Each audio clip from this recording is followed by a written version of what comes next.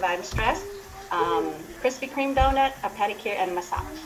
So that's like my pet way to relieve my stress, is that right there. So nails is only, think about nails, but then you're thinking about hands and also feet, reflexology, all kinds of stuff. Mm-hmm. Okay.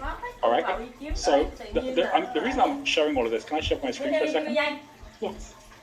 Because the reason I'm showing all of this is that we are moving into a world at the moment, which I think we can all feel, which is very, very similar to the world that we all moved into in the 1500s with the Renaissance, right? And basically this was basically an artisan time, right? Like I've been predicting this for like the last decade, where I've been saying we're going to get to a point where people are going to, like authors are going to make more money from selling one book, which is an original, than selling 1 million books on New York Times, right? Like we're going to get to a point where people are actually making one piece of art which sells for millions and make it digital, right? Then basically going out and kind of like, mass producing 1,000 of the same prints.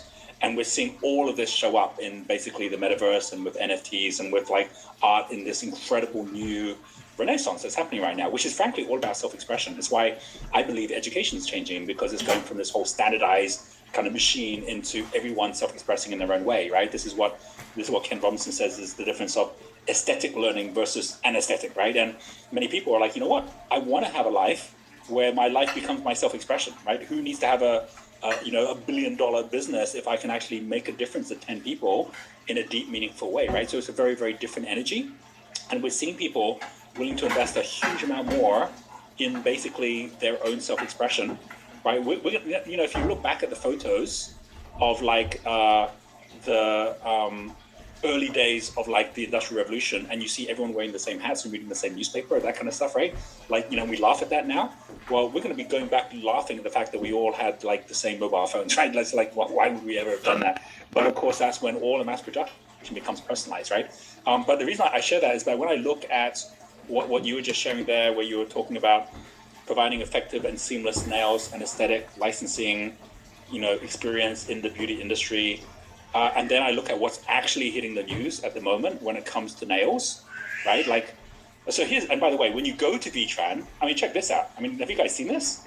Like, nails and aesthetics, look at these nails. I mean, like, this is not about just getting a license, right?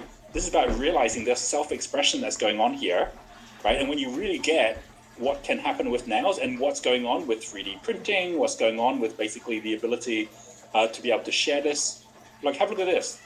9 nail artists you need to follow on Instagram. I mean, like, these guys have like mass followings, right, for their nails, like for nail artistry, right, where basically you got like thousands of likes on these nails here, right? 34,000 likes for this one here, right? I mean, like if you're thinking, how do you really grow like something, 5, 6 down, check out, I don't know if that's going to be very practical, but check out those nails.